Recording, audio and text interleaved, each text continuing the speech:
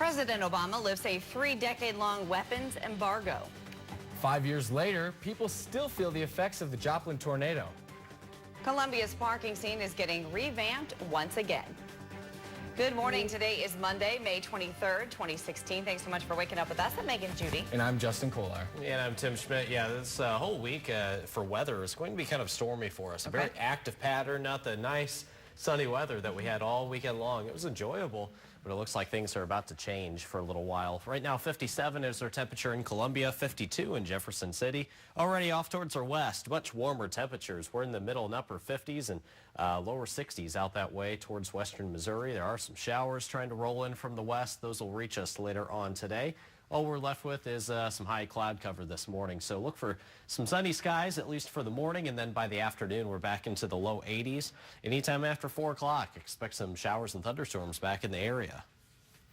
All right, Tim, thanks. President Obama will become the 3rd sitting president to visit Vietnam since the end of the bloody war. He's visiting Vietnam and Japan in hopes of building ties with our Pacific allies. The president's trip comes amid anxiety from an increasingly muscular China. He'll spend 3 days in Vietnam, then attend a summit in Japan with 7 of the world's industrialized nations to discuss pressing world issues. President Obama is looking to create stronger commercial and security ties with the emerging world power, whose growing middle class could be a promising market for U.S. goods. The companionship could offset growing Chinese presence in that region. However, Obama's visit is still shadowed by concerns about human rights in the country. While on his trip, President Obama announced this morning the U.S. would lift the long-standing embargo on U.S. weapons sales to Vietnam. The embargo has been in place since 1975 and was one of the main things Vietnam hoped to get rid of with warming U.S.-Vietnam relations.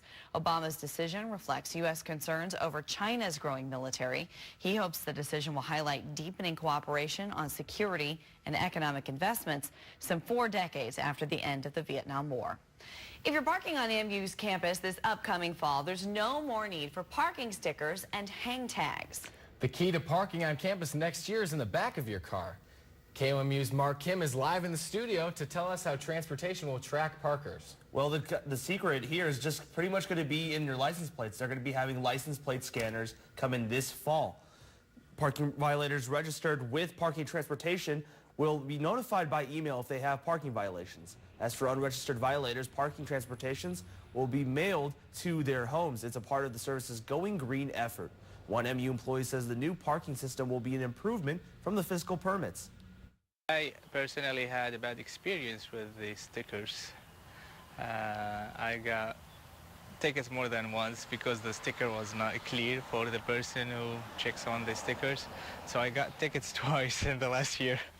So I think it should be a good idea. And as I said, the new system will make tracking illegal parkers a lot easier. But I spoke with an MU student who's told me he thinks people will continue to find ways to work around the new system. The man accused of killing a Massachusetts police officer during an early morning traffic stop was later shot to death. 35-year-old Jorge Zambrano burst out of a bedroom closet and opened fire on officers yesterday as they approached him inside a duplex apartment in Oxford, Massachusetts. That's about 7 miles from where authorities believe Zambrano fatally shot an officer earlier on Sunday. The officer killed was 42-year-old Ronald Tarantino. He'd been with the Auburn, Massachusetts police force for 2 years. Tarantino was the 2nd police officer to die in the line of duty in Massachusetts this year.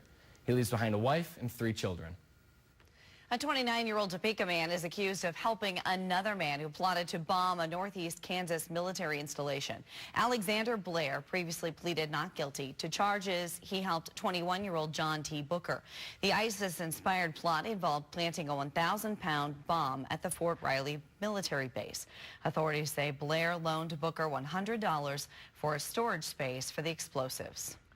With the Summer Olympics this summer in Rio, an athlete to watch in the USA is Katie Ledecky.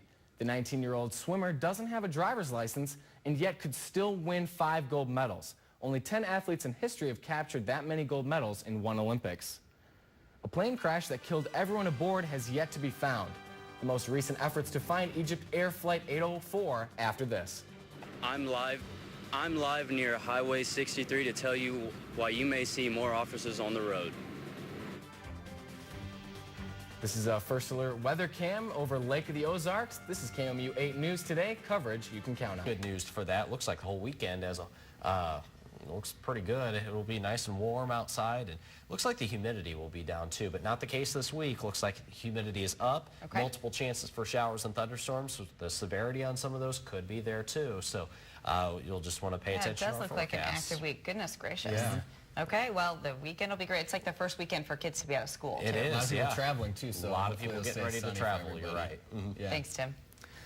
Today marks the beginning of Missouri's Click It or Ticket campaign, a program aiming to raise awareness about the importance of seatbelts.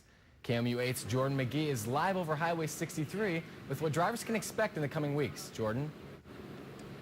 For 2 weeks starting today, there will be more cops on the road, which may worry some drivers. However, MoDOT says the goal is to protect, not scare, those that don't drive with seatbelts. Last year, Missouri had 869 traffic deaths, and nearly 2/3 involved drivers not wearing their seatbelts. While Missouri's seatbelt use has slowly increased, one state trooper says there are still drivers taking risks with their lives. Well, some people don't wear them because they feel like it's uncomfortable. Some people don't wear them because it might mess up their outfit or whatever the case may be. Some people have reasons that we may never know, but it's much safer to wear your seatbelt. A couple seconds to put your seatbelt on is definitely worth your life.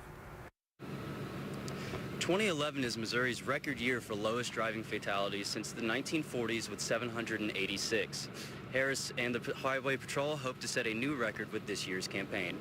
Reporting live near Highway 63, Jordan McGee, KOMU 8 News.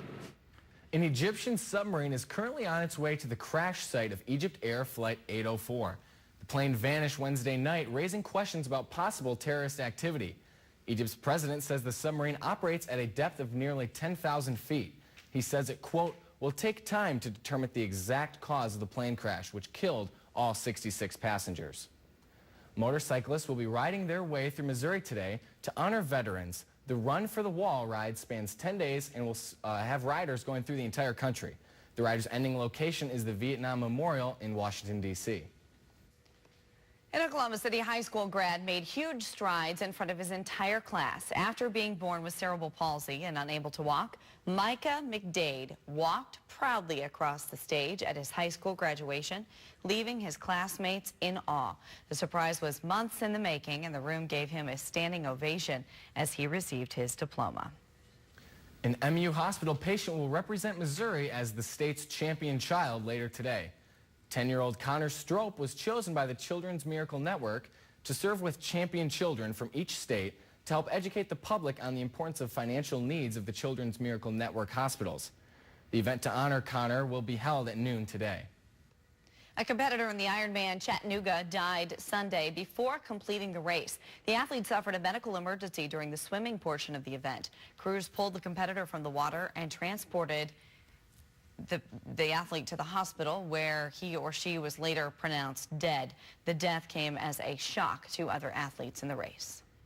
2 people were critically injured when a shuttle bus overturned in Southern California. 4 other people have moderate injuries and 20 ended up with minor injuries. The bus overturned while traveling through the San Bernardino Mountains. All are expected to survive. There have been no word on why the bus was overturned.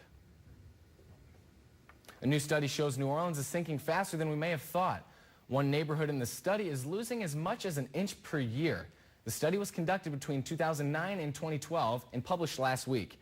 Researchers say groundwater withdrawal was among the top reasons that parts of the region are sinking so rapidly. This time next week, you might be on vacation, and if you plan to drive there, you are not alone. AAA predicts Memorial Day travel will hit an 11-year high thanks to low gas prices. The national average price of gas is down about 45 cents from this time last year.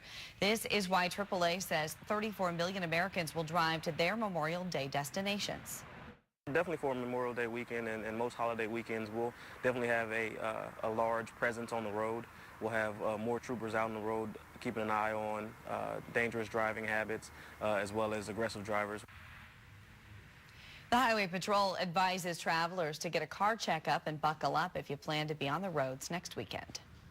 A huge buyout deal could be happening right next door. German drug company Bayer AG is offering $62 billion today to buy out U.S. crop specialist Monsanto. The proposed joining of the two giants would create a worldwide seed and farm chemical with a strong presence in 3 continents.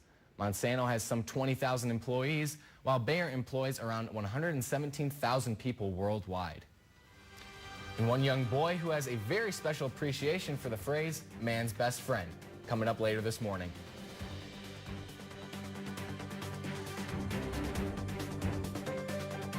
The FDA has announced a major revamp of food labeling that will affect virtually everything you get from the supermarket. The changes are an effort between First Lady Michelle Obama and the FDA to make food labels easier to understand. The new labels will feature larger print for essential information like calories and serving size. They'll also feature a new category, added sugars, which are added during manufacturing, and add calories to food without any nutrients. In one of the biggest recalls in recent history, at least 400 frozen food products under 40 different brands are being called back by the FDA. The products from CRF Frozen Foods are sold at popular stores like Costco, Target, Trader Joe's, Safeway. At least 2 people have died from complications, with 8 others sickened by listeria. An FDA investigation is yet to determine the source of the contamination. For the 13th week in a row, we're seeing higher prices at the gas pump. 13 weeks of price hikes have brought the cost up 55 cents per gallon. The average price is now $2.32 per gallon. Experts say high oil prices are keeping demand for gas high, causing the price jump. Kids are getting exposed to alcohol more often than you may want to think. A new study looked at 589 kids age 11 through 14 and found they were exposed to about 3 alcohol-related ads each day. The largest percentage of alcohol ads the kids reported seeing were on outdoor billboards. The results concerned researchers who say seeing alcohol ads puts younger people at greater risk of using or abusing them later on in life. Barnes & Noble is giving kids the opportunity to earn a free book. For the 20th anniversary of its summer reading program, kids can earn a free book by writing about the books they read over the summer. The program runs until September 6th. One 6-year-old boy has a very special way of bonding with animals. NBC's Angie Crouch has more on how reading to dogs has helped Jacob overcome some pretty big obstacles. The lonesome howl of a caged animal, the eager clawing at the bars, and the pleading eyes of a soul who's gone too long without love. For these abandoned dogs at Carson Animal Shelter, every day is an agonizing wait for somebody to come and take them home. Pirate the pit bull ended up here after attacking a cat. He spends his days alone, hoping one day he'll get out. But today is Therapy Thursday, and he's anxiously awaiting the one bright spot in his week. That's where this little guy comes in. 6-year-old Jacob Tumalon, a child with autism known around here as the boy who reads to dogs. Every Thursday, Jacob brings his little mat and sits down in front of Pirate's cage and reads him a story. Can we feed the fish biscuits? When Jacob found out Pirate didn't like cats, he decided to turn that around by telling him about a kitty who wears colorful shoes. I love my wet shoes. I love my wet shoes. I love my wet shoes. Jacob believes Pirate just needs a little extra love. Me the cat. I love And their special story time seems to help. Because he likes it. He likes it. Yeah, that makes dog friendly. Jacob has loved books ever since he was a baby, but it seemed to be one of the only things he was interested in. Jacob's parents learned he had autism around age 2 when he seemed to lose all verbal skills. It was really hard knowing that, something's different and your child's going to have this all his life. Jacob's parents worried about his lack of progress until one day about a year ago. His Aunt Lisa, an animal rescue worker, brought him here to the shelter and noticed right away the special bond he had with the animals. Jacob is just so calming, and he walks through and he's not yelling or screaming or banging on cages, and he just comes with his little book and his little mat and he sets it up and he sits there and the dogs just listen. I love my brown shoes. I love my brown shoes. And his friendship with Pirate seems to be making a difference for both of them. He likes all of my stores. I think it helps because, Jacob has a huge problem with noise. You'll see him cover his ears. I think it's awesome because it helps him in a way to kind of learn to block things out around him. Yip, yip. And so every Thursday, you'll find Jacob hard at work, doing his part to help Pirate find a family. If I read to the dogs, they will come out of their cages and find holes. Did you like it? Jacob is now reading at a 3rd grade level. The dog he was reading to is being trained by a rescue worker, so he'll be ready to find a home soon. MU Parking Transportation Services is making an effort to go green. I'll tell you how they're doing so coming up next. Live look over Columbia. This is our First Alert weather cam, and we'll be right back.